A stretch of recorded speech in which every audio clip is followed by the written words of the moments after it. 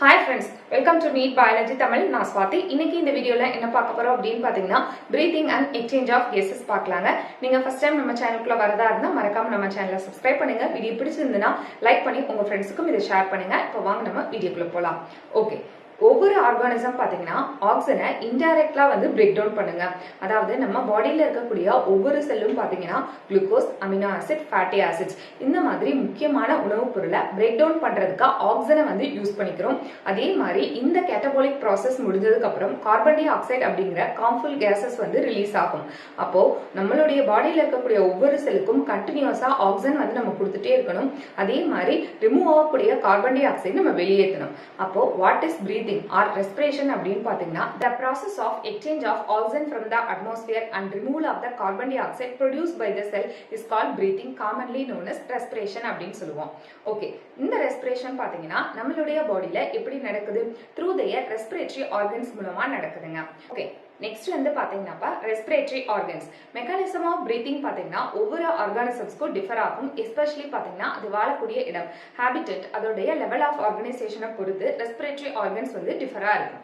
For example sponges, சிலிண்ட்ரேட்ஸ், பிளாட்ஃபார்ம்ஸ்க்கு பாத்தீங்கன்னா எப்படி respiration நடக்குது? த்ரூ சிம்பிள் டிஃபியூஷன்ஸ் மூலமா நடக்குதுங்க. சிம்பிள் டிஃபியூஷன்ஸ் அப்படின்னா என்ன? பிளட் அதோட பாடி சர்ஃபேஸ் ஃபுல்லா டிஃபியூஸ் ஆகும். அப்ப காத்துல இருக்கக்கூடிய ஆக்சிஜனை வாங்கிட்டு கார்பன் டை ஆக்சைடு ரிமூவ் பண்ணும். இந்த mode of diffusion simple diffusion அப்படின்னு சொல்லுவாங்க. நெக்ஸ்ட் பாத்தீங்கன்னா எர்த்வர்ம். எர்த்வர்ம் அப்படிங்கிறது மண்புழு. இந்த மண்புழுவுக்கு மேல அந்த வெளியில இருக்கக்கூடிய மாய்ஸ்ட் கியூட்டிக்கல் அப்படின்னு சொல்லுவாங்க. அது மூலமா தான் ரெஸ்பிரேஷன் பண்ணுதுங்க. நெக்ஸ்ட் இன்செக்ட்ஸ் பாத்தீங்க அப்படின்னா ஃபார் எக்ஸாம்பிள் காக்ரோச்னு எடுத்துக்கிட்டீங்கன்னா அதுக்கு ட்ரெக்கியல் டியூப்ஸ் மூலமா தான் ரெஸ்பிரேஷன் பண்ணுது. ஆர்த்ரோபோட்ஸ், ஃபிஷஸ் எல்லாம் பாத்தீங்கன்னா கில்ஸ் மூலமா ரெஸ்பிரேஷன் பண்ணும். மல்லஸ்கஸ் பாத்தீங்கன்னா லங்ஸ் மூலமா ரெஸ்பிரேட் பண்ணுது. இதுல அம்பிபியன்ஸ் பாத்தீங்கன்னா மாய்ஸ்ட் ஸ்கின் அண்ட் லங்ஸ் மூலமாவும் ரெஸ்பிரேட் பண்ணுதுங்க. இதுல ரெப்டைல்ஸ், பேர்ட்ஸ், மேமல்ஸ் பாத்தீங்க அப்படின்னா லங்ஸ் மூலமா ரெஸ்பிரேட் பண்றாங்க.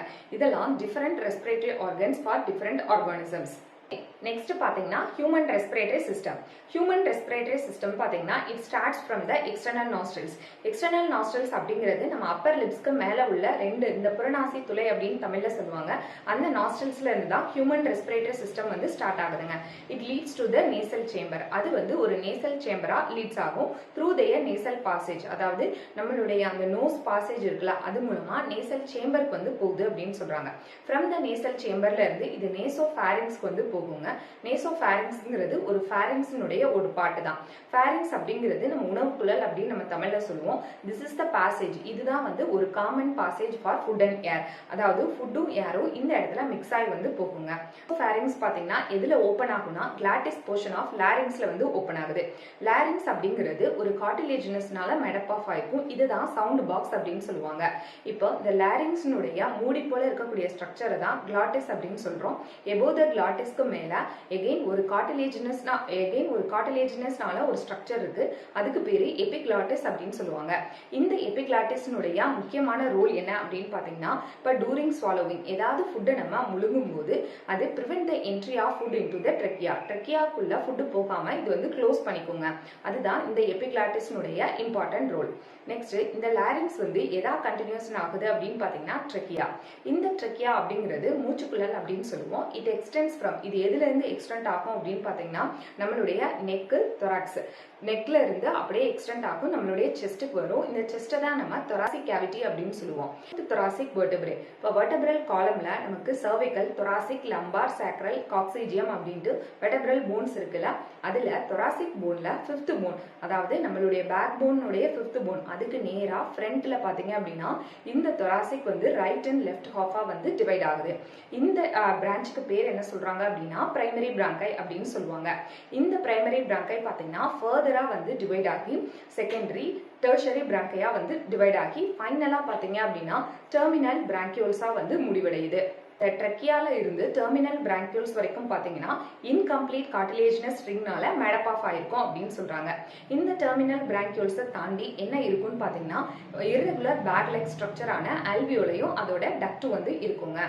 எல்லா ஸ்ட்ரக்சரும் பாத்தீங்க அப்படின்னா ஃப்ரம் த ட்ரெக்கியா, பிராங்கை, பிராங்கியூல்ஸ் இது எல்லாமே கன்ஸ்டியூட் ஆனதுதான் நம்மளுடைய லங்ஸ் அப்படின்னு சொல்றாங்க. பாடியில 2 லங்ஸ் இருக்குங்க. பேர் ஆஃப் லங்ஸ் இருக்கும் which is covered by the pleural membrane அப்படின்னு சொல்லுவாங்க. அது ஒரு கவர்னால கவர் பண்ணியிருக்கோம். அந்த கவருக்கு பேரு ப்ளூரல் மெம்பரேன் அப்படின்னு சொல்லுவாங்க. இந்த ப்ளூரல் மெம்பரேன் பாத்தீங்க அப்படின்னா outer pleural membrane and inner pleural membrane அப்படின்னு சொல்லிட்டு ரெண்டு இருக்கு. இந்த அவுட்டர் ப்ளூரல் மெம்பரேன் பாத்தீங்கன்னா which is close contact with the thoracic lining. thoracic lining ஓட க்ளோஸ் கான்டாக்டா இருக்கும். இன்னர் ப்ளூரல் மெம்பரேன் பாத்தீங்கன்னா which is close contact with the lung surface.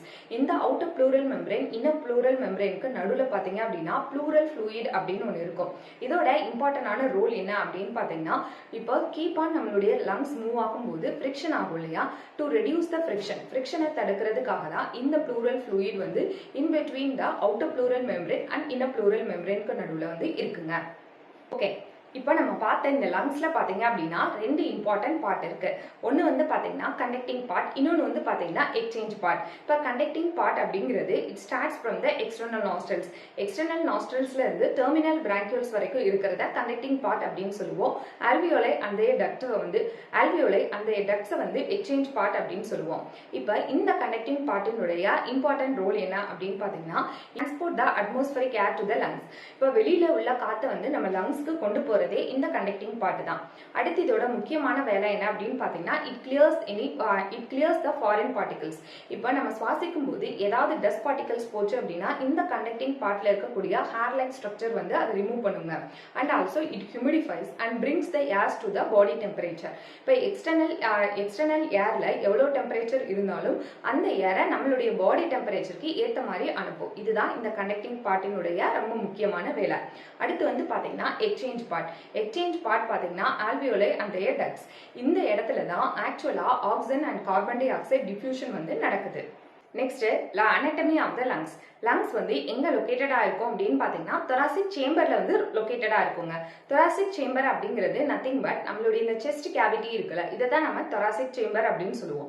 சரி, இந்த anatomy of the lungs பாத்தீங்க அப்படின்னா போஸ்டீரியர் பின்பக்கமா வெர்டெப்ரல் காலம் அப்படின்னு சொல்லக்கூடிய முதுகெலும்பு இருக்குங்க. ஆன்டீரியர் அப்படிங்கிறது முன்பகுதியில பாத்தீங்கன்னா பிளாட்டான ஒரு சென்டர்ல இருக்கக்கூடிய போன் ஸ்டெர்னம் வந்து இருக்கும். அண்ட் எய்தர் சைட் ரெண்டு பக்கத்துலயும் பாத்தீங்க அப்படின்னா லேட்ரலி அப்படின்னு சொல்லுவாங்க. லேட்ரலி பாத்தீங்கன்னா நம்மளுடைய ரிப் போன் இருக்குல்ல அது இருக்கும். அண்ட் லோவர் ஸ்பூன் ஷேப்ல இருக்கக்கூடிய டயப்ரம் இருக்கும். சோ இந்த அனடாமிக்கல் செட்டப் தான் நம்மளுடைய லங்ஸ் வந்து ஒரு ஏர் டைட் சேம்பரா வந்து வச்சிருக்கு. இந்த அனடாமிக்கல் செட்டப்னால தான் தொராசிக் வால்யூம்ல ஏதாவது சேஞ்சஸ் இருந்தது அப்படின்னா இது பல்மனரி கேவிட்டில ரிஃப்ளெக்ட் ஆகும் அப்படின்னு சொல்றாங்க. ஓகே, இப்போ ரெஸ்பிரேஷன் இன்வால்வ்ஸ் ஃபாலோயிங் ஸ்டெப்ஸ். ரெஸ்பிரேஷன்ல என்னென்ன ஸ்டெப்ஸ் இருக்கு அப்படின்னு பாத்தீங்கன்னா நம்பர் 1 அட்மாஸ்பரிக் ஏர் வந்து உள்ள வருங்க. அதே மாதிரி கார்பன் டை ஆக்சைடு ஏர் வந்து வெளியில போகும். நம்பர் 2 பாத்தீங்க அப்படின்னா டிஃப்யூஷன் ஆஃப் ஆக்சிஜன் இந்த அல்வியோலார் மெம்பரேன். அல்வியோலார் மெம்பரேன்ல ஆக்சிஜன் வந்து டிஃப்யூஷன் ஆகுங்க. அடுத்து தேர்ட் ஸ்டெப் பாத்தீங்கன்னா transport of oxygen to the டிஷ்யூஸ்க்கு வந்து போகும்.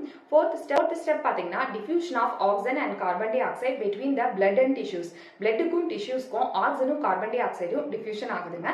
ஃபிஃப்த் ஸ்டெப் பாத்தீங்க அப்படின்னா யூட்டிலைசேஷன் ஆஃப் ஆக்சிஜனை வந்து யூட்டிலைஸ் பண்ணும் கேட்டபோலிக் ப்ராசஸ்க்கு. அதுல இருந்து கார்பன் டை ஆக்சைடு வந்து ரிமூவ் பண்ணுதுங்க. இதுதான் பிரீத்திங் உடைய ஸ்டெப்ஸ். இதை நம்ம இன்னும் டீடைலா பார்க்கலாம். இன்ஸ்பிரேஷன் அண்ட் எக்ஸ்பிரேஷன் வந்து எப்படி நடக்குது அப்படிங்கிறத பார்க்கலாம். இன்ஸ்பிரேஷன் அப்படிங்கிறது அட்மாஸ்பரிக் ஏர் டிராயின், அதாவது வளிமண்டல காத்து வந்து உள்ள போக்குறதா நம்ம இன்ஸ்பிரேஷன் அப்படின்னு சொல்லுவோம். எக்ஸ்பிரேஷன் அப்படின்னா என்ன, ஆல்வியோலைல இருக்கக்கூடிய ஏர் வந்து வெளியில போகிறதா எக்ஸ்பிரேஷன் அப்படின்னு சொல்லுவோம். சரி, இந்த இன்ஸ்பிரேஷன் அண்ட் எக்ஸ்பிரேஷன் வந்து எப்படி நடக்குது அப்படின்னு பாத்தீங்கன்னா paste upon the pressure gradient between the lungs and the atmosphere. அதாவது நம்ம லங்ஸ் நுரையீரலுக்கும் அட்மாஸ்பரிக்கும் உள்ள காற்றழுத்த வேறுபாடு இருக்குல்ல, இதை பொறுத்து தான் நமக்கு வந்து இன்ஸ்பிரேஷன் அண்ட் எக்ஸ்பிரேஷன் வந்து நடக்குதுன்னு சொல்றாங்க. சரி, இந்த பிரஷர் கிரேடியன்ட் இருக்குல்ல, பிரஷர் கிரேடியன்ட்னா என்னப்பா, ஒரு இடத்துல அதிகமா இருக்கும், இன்னொரு இடத்துல கம்மியா இருக்கும். அதிகமான இடத்துல இருந்து கம்மியாக உள்ள இடத்துக்கு வந்து கேஸ் ஃப்ளோ ஆகுறதா பிரஷர் கிரேடியன்ட் அப்படின்னு நம்ம சொல்லுவோம். சரி, இந்த பிரஷர் கிரேடியன்ட் லங்ஸுக்கோ அட்மாஸ்பியருக்கோ எப்படி வந்து மாறுபடுது அப்படின்னு பாத்தீங்கன்னா இன்ஸ்பிரேஷனா இன்ட்ரா பல்மனரி பிரஷர், அதாவது லங்ஸ்ல இருக்கக்கூடிய பிரஷர் வந்து கம்மியா இருக்கும் கம்பேரிட்டிவ் டு த அட்மாஸ்பியர். அதாவது வெளியில பிரஷர் வந்து அதிகமா இருக்கு, நம்மளுடைய லங்ஸ்குள்ள பிரஷர் வந்து கம்மியா இருக்கு. அப்ப என்ன ஆகும், வெளியில இருக்கக்கூடிய காற்று லங்ஸ்குள்ள போகும்ல, இதுதான் இன்ஸ்பிரேஷன் அப்படின்னு சொல்லுவாங்க. சரி, எக்ஸ்பிரேஷன் வந்து எப்ப நடக்குது அப்படின்னு பாத்தீங்கன்னா இன்ட்ரா பல்மனரி பிரஷர் வந்து அதிகமா இருக்குங்க கம்பேரிட்டிவ் டு த அட்மாஸ்பியர். அதாவது வளிமண்டல காற்றை விட நம்ம லங்ஸ்ல இருக்கக்கூடிய காற்று வந்து அதிகமா இருக்கு. அதனால உள்ள இருந்து காற்று வெளியில போகுதுல, இதுதான் எக்ஸ்பிரேஷன் அப்படின்னு சொல்லுவாங்க. சரி, நம்ம டயப்ரம் அந்த சம் ஸ்பெஷலைஸ்ட் மசில் என்னென்ன மசில்ஸ் அப்படின்னு பார்த்தீங்கன்னா external and internal intercostal muscles அப்படின்னு சொல்லுவாங்க. எக்ஸ்டர்னல் அண்ட் இன்டர்னல் இன்டர்காஸ்டல் மசில்ஸ்னா என்ன? இப்ப நம்மளுடைய ரிப்ஸ் அப்படின்னு சொன்னோம்னாப்பா ரிப்ஸுக்கு வெளிப்பக்கமா இருக்கிறது எக்ஸ்டர்னல் இன்டர்காஸ்டல் மசில், ரிப்ஸ்க்கு உள்பக்கமா இருக்கிறது இன்டர்னல் இன்டர்காஸ்டல் மசில்ஸ். இப்போ இந்த டயப்ரம் அண்ட் எக்ஸ்டர்னல் இன்டர்காஸ்டல் மசில்ஸோட கன்ட்ராக்ஷனால என்ன ஆகும்? கன்ட்ராக்ஷன்னா சுருங்குறது. இந்த கன்ட்ராக்ஷனாக என்ன ஆகும்னு பாத்தீங்கன்னா lifts the rib and the sternum. நம்மளுடைய நெஞ்செலும்பு கூடு அப்படின்னு சொல்லுவோம்ல, ரிப்ஸையும் ஸ்டெர்னமையும் நல்லா லிஃப்ட் பண்ணுங்க. அப்படி லிஃப்ட் பண்ணும்போது என்ன ஆகும்னு பாத்தீங்கன்னா thoracic வால்யூம் வந்து அதிகமாகுது. ஆல்ரெடி நம்ம என்ன சொன்னோம்? இன்ஸ்பிரேஷன் அப்ப இன்ட்ரா பல்மனரி பிரஷர் வந்து டிக்ரீஸா இருக்கும் அப்படின்னு சொன்னோமா? அப்போ thoracic வால்யூம் வந்து அதிகமாகும், உள்ள காற்றழுத்தம் வந்து கம்மியா இருக்கும். அதாவது பிரஷர் வந்து கம்மியா இருக்கு. சோ அதனால என்ன ஆகும் அப்படின்னு பாத்தீங்கன்னா அட்மாஸ்பரிக் ஏர் வெளியில இருந்து லங்ஸ்குள்ள போகும். இப்படிதான் இன்ஸ்பிரேஷன் வந்து நடக்குது. ஓகே, அப்ப எக்ஸ்பிரேஷன் வந்து எப்படி நடக்குது அப்படின்னு பாத்தீங்கன்னா நம்ம முன்னாடியே சொன்னோம் இன்ட்ரா பல்மனரி பிரஷர் வந்து அதிகமா இருக்கும் கம்பேரிட்டிவ் டு த அட்மாஸ்பியர் அப்படின்னு சொன்னோம். அப்போ இந்த இடத்துல என்ன ஆகும்னு பாத்தீங்கன்னா ஆல்ரெடி இன்ஸ்பிரேஷன் அப்ப கன்ட்ராக்ஷனா இருந்துச்சுல டயப்ரம் அண்ட் எக்ஸ்டர்னல் இன்டர்காஸ்டல் மசில்ஸ்லாம் வந்து ரிலாக்ஸ் ஆகி அதோட ஒரிஜினல் பொசிஷனுக்கு வந்துடும். அப்போ degrees the thoracic volume, increase in the intra pulmonary pressure. thoracic volume வந்து சின்னதா இருக்கு, ஆனா உள்ள இன்ட்ரா பல்மனரி பிரஷர் வந்து அதிகமா இருக்கு. சோ இதனால உள்ள இருந்து காற்று வந்து வெளியில போகும். இதுதான் நம்ம எக்ஸ்பிரேஷன் அப்படின்னு சொல்லுவோம். எக்ஸ்பிரேஷனும் நம்மளால மாடிஃபை பண்ண முடியுங்க with the help of the additional muscles in the abdomen. அதாவது நம்மளுடைய வயிற்று பகுதிகளில் இருக்கக்கூடிய தசைகளினுடைய ஹெல்ப்னால நம்ம இன்ஸ்பிரேஷன் அண்ட் எக்ஸ்பிரேஷனை நம்ம வந்து மாடிஃபை பண்ண முடியும்னு சொல்றாங்க. ஒரு ஹெல்தி மேன் பாத்தீங்க அப்படின்னா பெர் மினிட்க்கு 12 to 16 டைம்ஸ் பெர் மினிட் வந்து பிரீத் பண்றாங்க. Volume of air involve in breathing movements. Breathing மூமெண்ட்ஸ்ல எவ்வளவு வால்யூம் ஆஃப் ஏரை வந்து நம்ம இன்ஸ்பயர் அண்ட் எக்ஸ்பயர் பண்றோம் அப்படிங்கறத எது மூலமா நம்ம மெஷர் பண்ணலாம் அப்படின்னு பாத்தீங்கன்னா ஸ்பைரோமீட்டர் மூலமா நம்ம மெஷர் பண்ணலாங்க. Volume and கெப்பாசிட்டிஸ்ங்க. ஃபர்ஸ்ட் நம்ம பாக்குறது டைட்டல் வால்யூம். டைட்டல் வால்யூம் அப்படின்னா என்ன? Amount of air inspired and expired by a normal respiration. நார்மலா நம்ம மூச்சு விடும்போது எவ்வளவு அமௌண்ட் ஆஃப் ஏரை உள்ள வாங்கி வெளிவிடுறோம், இதுதான் வந்து டைட்டல் வால்யூம். இது வந்து எவ்வளவு அப்படின்னு பாத்தீங்கன்னா 500 ml. Next the volume of air inspired by forceful inspiration. forceful எவ்வளவு volume of air உள்ள inspire பண்றோம், இதுதான் inspirated reserve volume அப்படிங்கிறது. average range எவ்வளவு அப்படின்னு பாத்தீங்கன்னா 2500 to 3000 ml. next expirated reserve volume. volume of air expired by forceful expiration. forceful எவ்வளவு volume of air நம்ம வெளிவிடுறோம், இதான் வந்து expirated reserve volume. in expirated reserve volume average ranges பாத்தீங்க அப்படின்னா 1000 to 1100 ml. பார்க்கறது வந்து ரெசிடியல் வால்யூம். ரெசிடியல் வால்யூம்னா என்ன? Volume of air remaining in the lungs after a forceful expiration. ஃபோர்ஸ்ஃபுல்லா மூச்சை வெளிவிட்டதுக்கு அப்புறம் எவ்வளவு வால்யூம் ஆஃப் ஏர் நம்ம லங்ஸ்ல மீதம் இருக்குல்ல, இதுதான் வந்து ரெசிடியல் வால்யூம் அப்படின்னு சொல்லுவாங்க. இதனுடைய வேல்யூ பாத்தீங்க அப்படின்னா 1100 to 1200 ml. நெக்ஸ்ட் வந்து inspiratory capacity. total volume of air a person can inspire after a normal expiration. நார்மலா மூச்சை வெளிவிட்டதுக்கு அப்புறம் எவ்வளவு ஏரை வந்து உள்ள வாங்குறாங்க, இதுதான் இன்ஸ்பிரேட்டரி கெப்பாசிட்டி. இந்த இன்ஸ்பிரேட்டரி கெப்பாசிட்டி வந்து பாத்தீங்கன்னா எப்படி மெஷர் பண்ணுவாங்க? Tidal volume plus inspiratory reserve volume. Next expiratory capacity. Expiratory capacity அப்படின்னா என்ன? Total volume of air a person can expire after a normal inspiration. Normal இன்ஸ்பிரேஷனுக்கு அப்புறம் எவ்வளவு வந்து அவங்க மூச்சை வெளிவிடுறாங்க, இதுதான் வந்து எக்ஸ்பிரேட்டரி கெப்பாசிட்டி. எக்ஸ்பிரேட்டரி கெப்பாசிட்டியை எப்படி நம்ம கால்குலேட் பண்ணலாம் அப்படின்னு பாத்தீங்கன்னா tidal volume plus expiratory reserve volume. Next functional residual capacity. Functional residual கெப்பாசிட்டியும் ரெசிடுவல் வால்யூம் மாதிரியே தாங்க இருக்கும். Of air remaining in the lungs after a normal expiration. நார்மலா மூச்சை வெளிவிட்டதுக்கு அப்புறம் மீத உள்ள ஏர் தான் ஃபங்க்ஷனல் ரெசிடுவல் கெப்பாசிட்டி. இதை எப்படி வந்து நம்ம கால்குலேட் பண்ணலாம் அப்படின்னு பாத்தீங்கன்னா residual volume plus expiratory reserve volume. Next வந்து vital capacity. The maximum volume of air a person can breathe after a forced expiration. Forced எக்ஸ்பிரேஷனுக்கு அப்புறம் எவ்வளவு வந்து அவங்களால பிரீத் பண்ண முடியுது, இதுதான் வைட்டல் கெப்பாசிட்டி அப்படிங்கிறது. இந்த வைட்டல் கெப்பாசிட்டியை எப்படி கால்குலேட் பண்ணலாங்க அப்படின்னு பாத்தீங்கன்னா tidal volume plus inspiratory reserve volume plus expiratory reserve volume. Total lung capacity. Total lung capacity அப்படின்னா என்ன? Total volume of air a person can accommodate in the lungs. ஒரு person எவ்வளவு வால்யூம் ஆஃப் ஏரா அவங்களுடைய லங்ஸ்ல வந்து அகாமடேட் பண்ண முடியும், இதை எப்படி கால்குலேட் பண்ணலாம் அப்படின்னு பாத்தீங்கன்னா tidal volume plus residual volume plus inspiratory reserve volume volume plus expiratory reserve volume or vital capacity plus residual volume. இது வந்து பாத்தீங்கன்னா exchange of gases. இப்போ alveoli is the primary site of exchange of gases. இப்போ alveoli தான் ஆக்சிஜனும் carbon டை ஆக்சைடும் exchange ஆகும். பிளட்டுக்கும் டிஷ்யூஸ்க்கும் ஆக்சிஜனும் கார்பன் டை ஆக்சைடு எக்ஸ்சேஞ்ச் ஆகும். அப்ப நம்மளுடைய பாடியில பாத்தீங்க அப்படின்னா gases exchange வந்து alveoli சைட்லயே நடக்கும், பிளட்டுக்கும் alveoliக்கும் and also blood and tissuesலயும் வந்து நடக்குது. இந்த gas diffusion எப்படி நடக்குது அப்படின்னு பாத்தீங்கன்னா based upon the pressure or concentration different. அதாவது concentration அதிகமா உள்ள இடத்துல இருந்து கம்மியான உள்ள இடத்துக்கு கேஸ் வந்து டிஃப்யூஷன் ஆகும். இல்லாம solubility of the gases-உம் அந்த மெம்பரேனோட திக்னஸும் இதுல இம்பார்ட்டன்டான ரோல் பண்ணுது அப்படின்னு சொல்றாங்க. இப்போ நம்மளுடைய அட்மாஸ்பியரிக்ல பாத்தீங்க அப்படின்னா மிக்சர் ஆஃப் கேசஸ் வந்து இருக்கும். Oxygen, carbon dioxide, hydrogen இந்த மாதிரி நிறைய கேசஸ் வந்து இருக்கும். ஒவ்வொரு கேசஸ்க்கும் ஒரு பர்டிகுலர் பிரஷர் வந்து இருக்குங்க. இத பார்ஷியல் பிரஷர் அப்படின்னு சொல்லுவாங்க. அப்போ பார்ஷியல் பிரஷர் ஆஃப் ஆக்சிஜனை நம்ம ஷார்ட் ஃபார்ம்ல எப்படி எழுதுவோம் அப்படின்னு பாத்தீங்கன்னா PO2 அப்படின்னு எழுதுவோம். பார்ஷியல் பிரஷர் ஆஃப் கார்பன் டை ஆக்சைடை ஷார்ட் ஃபார்ம்ல எப்படி எழுதுவோம் பாத்தீங்கன்னா PCO2 அப்படின்னு எழுதுவோம்.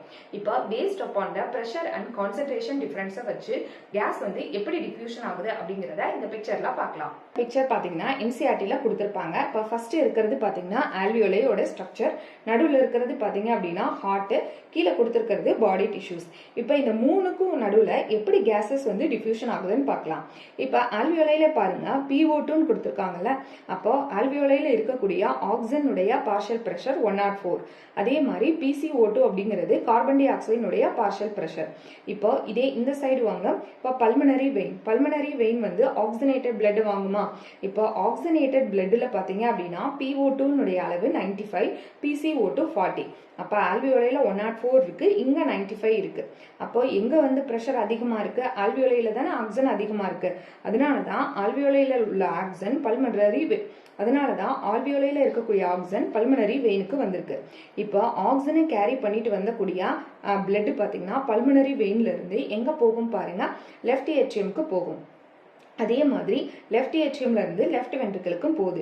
ஃப்ரம் த லெஃப்ட் வென்ட்ரிக்கிள்ல இருந்த அயோட்டா மூலமா சிஸ்டமிக் ஆர்டரிஸ் மூலமா அதே ஆக்சிஜனேட்டட் பிளட் பாத்தீங்க அப்படின்னா டிஷ்யூ சர்ஃபேஸ்க்கு வருது. இப்ப டிஷ்யூ சர்ஃபேஸ்ல இருக்கக்கூடிய ஆக்சிஜனேட்டட் பிளட்டோட பார்ஷியல் பிரஷர் பாருங்க 95 mmHg. அதே partial pressure of carbon dioxide பாருங்க 40. ஆனா டிஷ்யூஸ்ல பாத்தீங்க அப்படின்னா பார்ஷியல் பிரஷர் ஆஃப் ஆக்சிஜன் வெறும் 40 தான் இருக்கு. ஆனா partial pressure of carbon dioxide 45 இருக்கு. அப்ப என்ன ஆகும்? இந்த ஆக்சிஜனேட்டட் பிளட் வெசல்ல இருந்து ஆக்சிஜன் டிஷ்யூஸ்க்கு வரும்.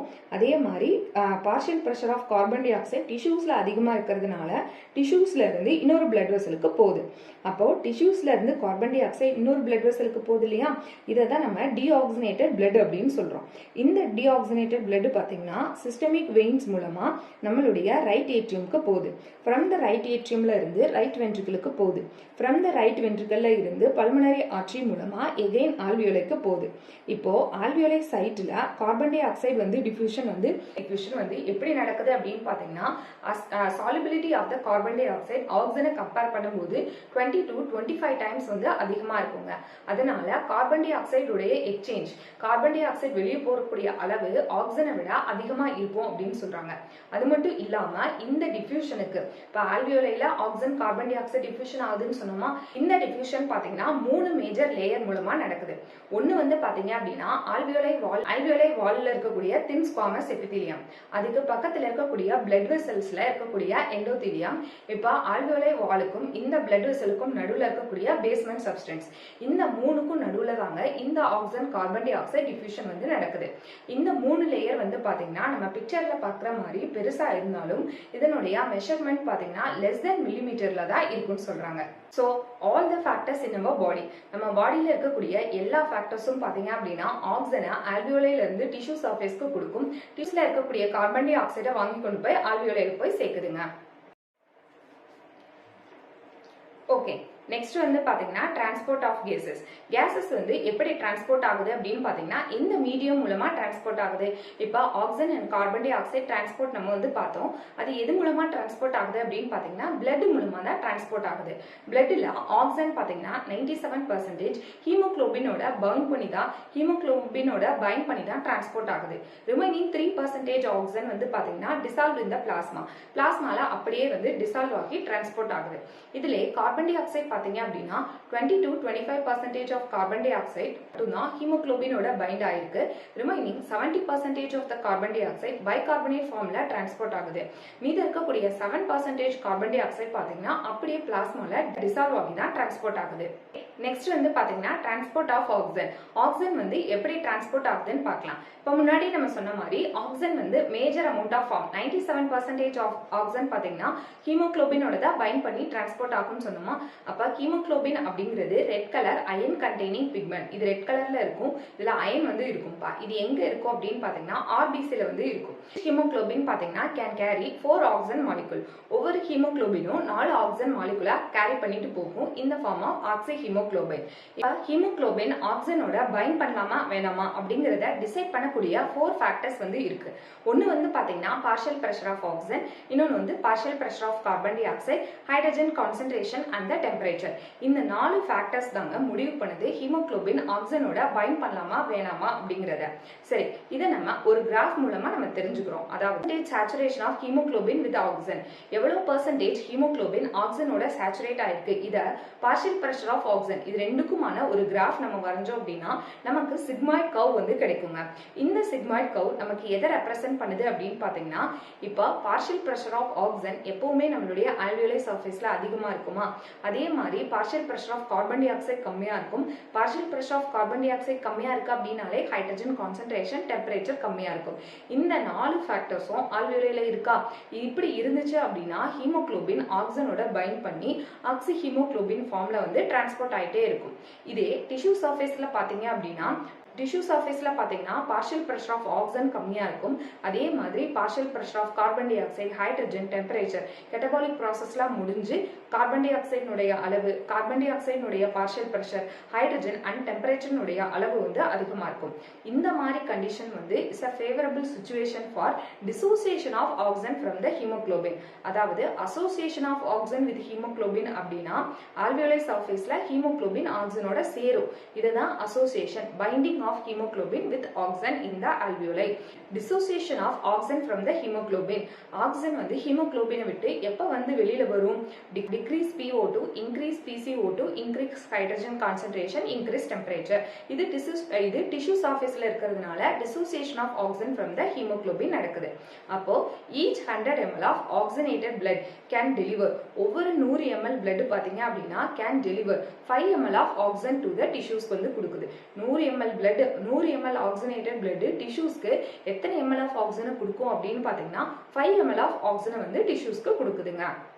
ஓகே, நெக்ஸ்ட் வந்து பாத்தீங்கன்னா transport of carbon dioxide. Carbon dioxide வந்து எப்படி டிரான்ஸ்போர்ட் ஆகுதுன்றத பார்க்கலாம். இப்போ கார்பன் டை ஆக்சைடு பாத்தீங்க அப்படின்னா ஹீமோகுளோபினோட சேர்ந்து கார்பமினோ ஹீமோகுளோபின் இந்த ஃபார்ம்ல 20 to 25% தான் டிரான்ஸ்போர்ட் ஆகுது. அப்ப major amount of carbon dioxide பாத்தீங்கன்னா பைகார்பனேட் ஃபார்ம்ல தான் டிரான்ஸ்போர்ட் ஆகுது. எப்படி பைகார்பனேட் ஃபார்ம்ல டிரான்ஸ்போர்ட் ஆகுது அப்படின்னு பாத்தீங்கன்னா, இப்போ டிஷ்யூ சர்ஃபேஸ்ல partial pressure of carbon dioxide அதிகமா இருக்கும். அதே மாதிரி டெம்பரேச்சர், ஹைட்ரஜன் கான்சென்ட்ரேஷன் அதிகமா இருக்கும். At the same time partial pressure of oxygen வந்து கம்மியா இருக்கா. அப்போ this is the favourable situation. Carbon dioxide வந்து diffusion from the tissues to the blood. அப்போ டிஷ்யூஸ்ல இருந்து பிளட்டுக்கு கார்பன் டை ஆக்சைடு என்டர் ஆன உடனே என்ன ஆகும்னு பாத்தீங்கன்னா ஆர்பிசில கார்பானிக் ஆன்ஹைட்ரேஸ் அப்படிங்கிற ஒரு என்சைம் இருக்கு.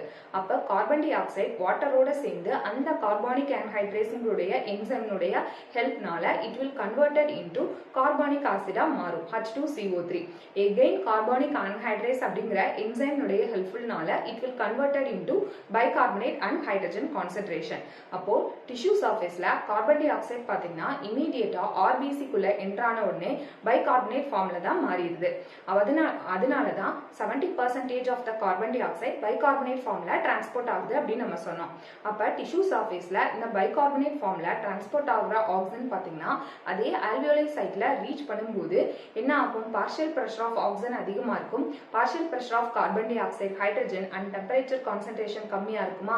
அப்ப என்ன ஆகும்னா இந்த பைகார்பனேட் ஃபார்ம்ல இருக்கக்கூடிய கார்பன் டை ஆக்சைடு எகைன் இது ரிவர்ட் பேக் டு கார்பன் டை ஆக்சைடா மாறி ஆல்வியோலைல வந்து டிஃப்யூஷன் ஆகுதுங்க. ஆக்சிஜனேட்டட் பிளட் அப்படின்னா என்ன? Carbon dioxide rich blood. Each 100 ml of deoxygenated blood பாத்தீங்க அப்படின்னா 4 ml of carbon dioxide வந்து ஆல்வியோலைக்கு வந்து கொடுக்குதுங்க. Regulation of respiration. Regulation of respiration அப்படின்னா என்ன? அதாவது ஹியூமன் பீயிங்ஸ் பாத்தீங்கன்னா தங்களுடைய ரெஸ்பிரேட்டரி ரிதமா மாடிஃபை பண்ணிக்க முடியும் பேஸ்ட் அப்பான் த பாடி டிமாண்ட்ஸ். நம்மளுடைய பாடி டிமாண்டுக்கு ஏத்த மாதிரி நம்மளுடைய ரெஸ்பிரேட்டரி ரிதமை வந்து நம்மளால மாடிஃபை பண்ண முடியும் with the help of neural system. இந்த நியூரல் சிஸ்டம் எங்க இருக்கும் அப்படின்னு பாத்தீங்கன்னா நம்மளுடைய பிரெயின்ல மெடுலால வந்து ரெஸ்பிரேட்டரி ரிதம் சென்டர்னு ஒன்று இருக்குங்க. அனதர் சென்டர் பாத்தீங்கன்னா பான்ஸ் ரீஜியன்ல இருக்கு, அது நியூமோடாக்சிக் சென்டர் அப்படின்னு சொல்லுவாங்க. இந்த சென்டர் இப்ப neural signal from this centre, இந்த சென்டர்ல இருந்து வரக்கூடிய நியூரல் சிக்னல் மூலமா thereby modify the respiratory rhythm, நம்மளுடைய ரெஸ்பிரேட்டரி ரிதமா மாடிஃபை பண்ணிக்க முடியும். சென்டர்ல இருந்து வரக்கூடிய நியூரல் சிக்னல் பாத்தீங்க அப்படின்னா that induce the inspiration அதிகப்படுத்தி so that they alter the respiratory, அந்த ரெஸ்பிரேட்டரி ரிதம் வந்து ஆல்டர் பண்ணிக்குதுங்க.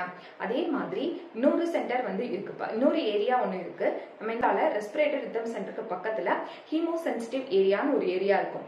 இதோட இம்பார்ட்டன்ஸ் என்ன அப்படின்னு பாத்தீங்கன்னா whenever நம்மளுடைய பாடியில carbon di oxide and hydrogen concentration அதிகமாகும் போது நியூரல் சிக்னல் மூலமா இந்த ஹீமோசென்சிட்டிவ் ஏரியா வந்து ஸ்டிமுலேட் ஆகும். இது ரெஸ்பிரேட்டரி ரிதம் சென்டருக்கு இந்த மெசேஜை டிரான்ஸ்போர்ட் பண்ணி நெசசரி அட்ஜஸ்ட்மெண்ட்ஸ் பண்ணி, அது இல்லாம நம்ம பாடியில ரிசப்டார்ஸ் ஒன்று இருக்கும். ரிசப்டார்ஸ் எங்க இருக்கும்னு பாத்தீங்க அப்படின்னா அயோட்டிக் ஆர்ச் அந்த கரோட்டிட் ஆர்ச்சில இருக்கும். இப்ப நம்ம பாடியில கார்பன் டை ஆக்சைடு ஹைட்ரஜன் வந்து அதிகமா இருக்கும் போது இந்த ரிசப்டார்ஸை வந்து ஸ்டிமுலேட் பண்ணும். இந்த ரிசப்டார்ஸ் நியூரல் சிக்னலை ரெஸ்பிரேட்டரி ரிதம் சென்டருக்கு அனுப்பி நம்ம பாடியில நெசசரி அட்ஜஸ்ட்மெண்ட்ஸ் பண்ணி இந்த கார்பன் டை ஆக்சைடு ஹைட்ரஜன் அளவை வந்து வெளியேற்றுங்க. ஓகே, இதுல முக்கியமா நம்ம தெரிஞ்சுக்க வேண்டியது பாத்தீங்க அப்படின்னா இந்த ரெகுலேஷன் ஆஃப் ரெஸ்பிரேஷன்ல ஆக்சிஜனோட ரோல் பாத்தீங்கன்னா இன்சிக்னிஃபிகண்டா தான் இருக்கு. நெக்ஸ்ட் பாத்தீங்கன்னா டிசார்டர்ஸ் ஆஃப் ரெஸ்பிரேட்டரி சிஸ்டம். நம்மளுடைய ரெஸ்பிரேட்டரி சிஸ்டம்ல என்னென்ன டிசார்டர்ஸ் வரும் அப்படின்னு பாத்தீங்கன்னா நம்பர் 1 ஆஸ்துமா. ஆஸ்துமா அப்படின்னா என்ன? டிஃபிகல்ட்டி இன் பிரீத்திங், மூச்சு விடவே கஷ்டப்படுவாங்க. அதே மாதிரி வீசிங், மூச்சு விடும்போது அந்த வீ சவுண்ட் வரும். இது எதனால வருது அப்படின்னு பாத்தீங்கன்னா due to inflammation of the bronchi and the bronchioles. Inflammation அப்படின்னா என்னப்பா? ஸ்வெல்லிங், அதாவது நம்மளுடைய பிராங்கை மூச்சு கிளை குழல் அப்படின்னு சொல்லுவீங்களா, அந்த பிராங்கை வந்து பாத்தீங்கன்னா வீங்கி இருக்கும். இன்ஃப்ளமேஷன் ஆகும்போது என்ன ஆகும்? சரிவர காற்று உள்ள போகாம அந்த வி சவுண்ட் வந்து கேட்கும். நம்மனால வந்து ப்ராப்பரா வந்து பிரீத் பண்ண முடியாது. இதுதான் ஆஸ்துமா அப்படின்னு சொல்லுவாங்க. நெக்ஸ்ட் ரெஸ்பிரேட்டரி டிசார்டர் என்ன அப்படின்னு பாத்தீங்கன்னா எம்பைசீமா. எம்பைசீமா அப்படிங்கிறது it is a chronic respiratory disorder. chronic respiratory disorder அப்படின்னு சொல்லுவாங்க. chronic அப்படிங்கிறது லாங் டியூரேஷனா வந்து இருக்கக்கூடியதுப்பா. இது என்ன ஆகும்னு பாத்தீங்கன்னா அந்த ரெஸ்பிரேட்டரி வால்ஸ் வந்து டேமேஜ் ஆகும். அந்த ஆல்வியோலர் வால் வந்து டேமேஜ் ஆகி அதோட சர்ஃபேஸ் ஏரியா வந்து சின்னதாகும். அப்ப oxygen carbon di oxide diffusion வந்து சரிவர நடக்காது. அப்ப oxygen carbon di oxide diffusion வந்து போதுமான அளவுக்கு வந்து நடக்காது. ஏன்னா ரெஸ்பிரேட்டரி வால் வந்து டேமேஜ் ஆகி ரெஸ்பிரேட்டரி சர்ஃபேஸே வந்து சின்னதாயிருச்சுல. இது யாருக்கு வரும் அப்படின்னு பாத்தீங்கன்னா chronic smokers, cigarette smoking persons இருக்காங்களா, அவங்களுக்கு தான் இந்த மாதிரி எம்பைசீமா வந்து வரும்பா. Occupational respiratory disorder. Occupational respiratory டிசார்டர்னா என்ன? இந்த ஒர்க்கர்ஸ் வந்து மைனிங் இண்டஸ்ட்ரி, இந்த stone breaking industry and cotton dust இண்டஸ்ட்ரியில ஒர்க் பண்ணுவாங்களா, அந்த டஸ்ட் பார்ட்டிகல்ஸை அவங்க ப்ரொலாங்டா இன்ஹேல் பண்ணும்போது என்ன ஆகும் அப்படின்னா அது அவங்களுடைய ஆல்வியோலை சர்ஃபேஸ்ல ஒரு இன்ஃப்ளமேஷன், ஒரு வீக்கத்தை வந்து உண்டு பண்ணுங்க. அது மட்டும் இல்லாம அது கீழே இருக்கக்கூடிய ஃபைப்ரஸ் டிஷ்யூஸ் வந்து ரொம்ப ரிஜிட் ஆகி ஃபைப்ரோசிஸா வந்து மாறிடும். அப்ப ஃபைப்ரோசிஸா மாறும்போது என்ன ஆகும் அப்படின்னா ஈஸியா சுருங்கி விருகக்கூடிய அந்த ஆல்வியோலை அப்படின்னு சொல்லக்கூடிய அந்த ஏர் பேக் ரொம்ப ரிஜிட் ஆகிறதுனால அதனால சுருங்கி விரியக்கூடிய தன்மை வந்து கம்மியாயிரும். ஸோ ஒர்க்கர்ஸ்லாம் வந்து இந்த மாதிரி இடத்துல ஒர்க் பண்றவங்க வந்து ஆல்வேஸ் வந்து ஒரு ப்ரொடெக்டிவ் மாஸ்க் வந்து வியர் பண்ணிட்டு தான் ஒர்க் பண்ணணும் அப்படின்னு சொல்லுவாங்க. Okay friends, that's all. Video பிடிச்சிருந்ததுன்னா லைக் பண்ணி, ஷேர் பண்ணி, சப்ஸ்கிரைப் பண்ணுங்க. தேங்க்ஸ் ஃபார் வாட்சிங் அவர் சேனல்.